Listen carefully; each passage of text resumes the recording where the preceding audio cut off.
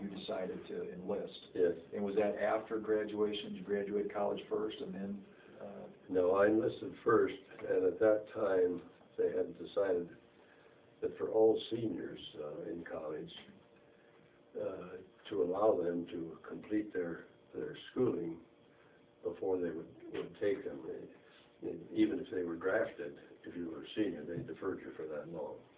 And you made the decision to join the Navy out of a desire to if you're going to get engaged in this conflict, be a flyer. Yeah, I wanted to fly. Of course, at that time, you know, airplanes were not a very common commodity, and so sometimes whenever you saw an airplane, people would run outside and look to see what was going over.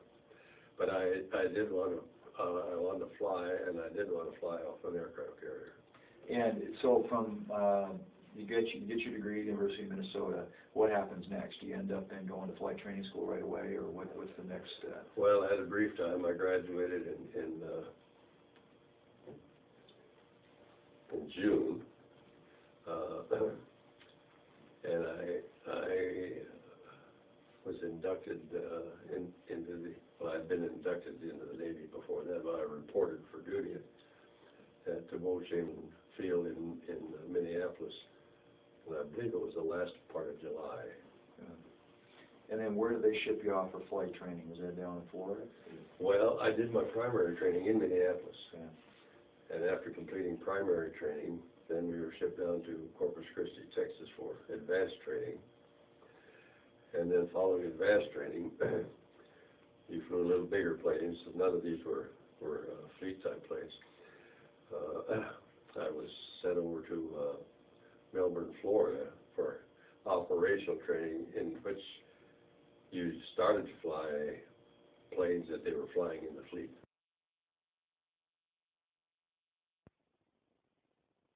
And 1941 came around. Pearl Harbor got bombed.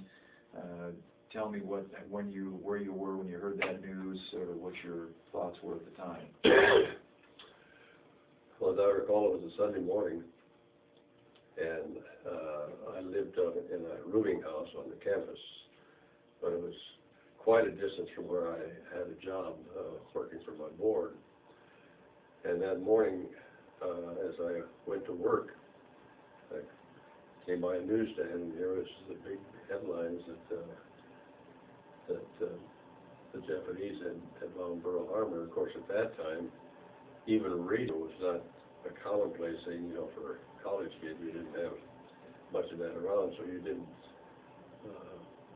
it wasn't like now getting up turning on the TV and know what's happening in the world before you leave for breakfast. So that was the first that I was aware of it, and knew that we were going to have to be involved. I had an older brother who was in the regular Navy, but did you know that he was at Pearl Harbor at the time? At the time, I did not know that. And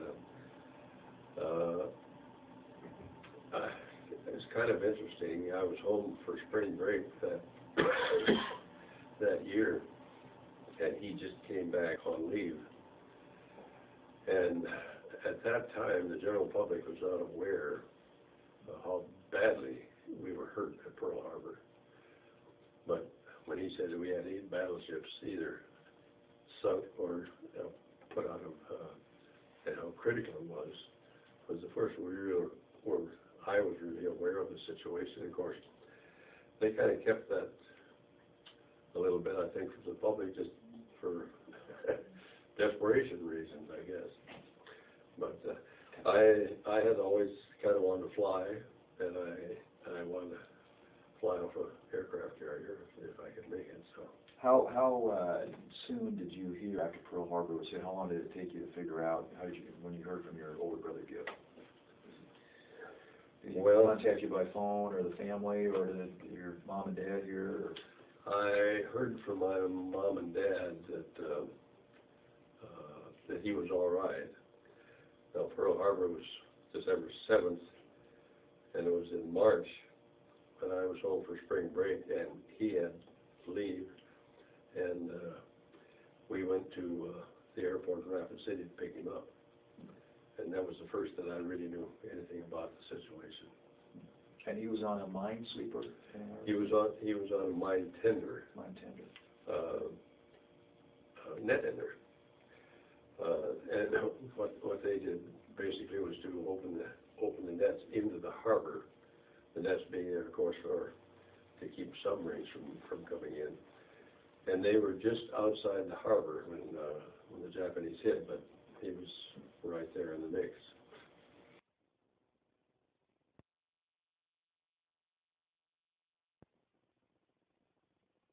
And we were in. I reported to Norfolk, Virginia, and I thought I would be assigned to the Atlantic Fleet. Well, this was just prior to one of the big operations out in the Pacific, and they thought they were going to need a lot of pilots, and so we were transferred out to San Diego and completed training there. I was assigned to a squadron and completed the operational training in San Diego. And then at Thanksgiving time, we were put aboard an aircraft carrier with everybody on it. You got a bunk and you slept in shifts. You had it for 8 hours and another guy had it for 8 hours. And we got out to Pearl Harbor, and the time frame is within weeks or months here.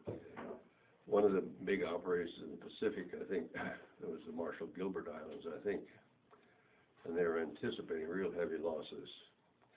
So we were put aboard the jeep carriers, the small carriers at that time, with planes, and we followed the fleet. And if the losses occurred, then we were supposed to ferry ourselves in a plane up to the bigger carriers. And surprisingly, in that operation, I think they only lost 14 pilots, and they're expecting to lose maybe hundreds.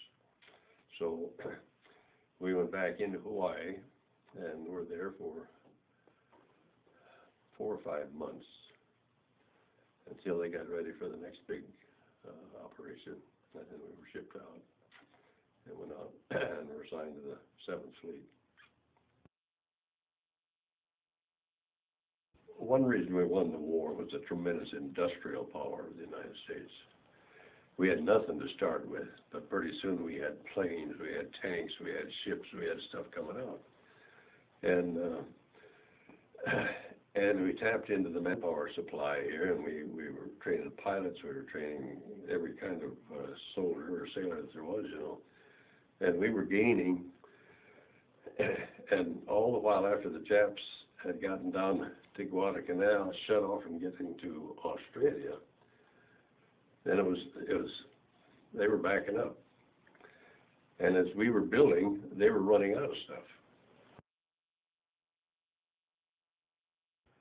But in World War II, the entire country, mothers who had never been outside the home, they were working in factories, and they were Rosie the Riveter, and the entire country was mobilized, and that's one thing that certainly led to our victory, was the fact that we could outproduce anybody in the world.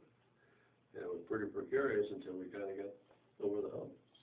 Well, and people were willing to make great sacrifices. Yes. Which is what a lot of people did without things that many of us of this generation take for granted. But we owe it to that generation, to your generation, and so we are all very grateful for your service.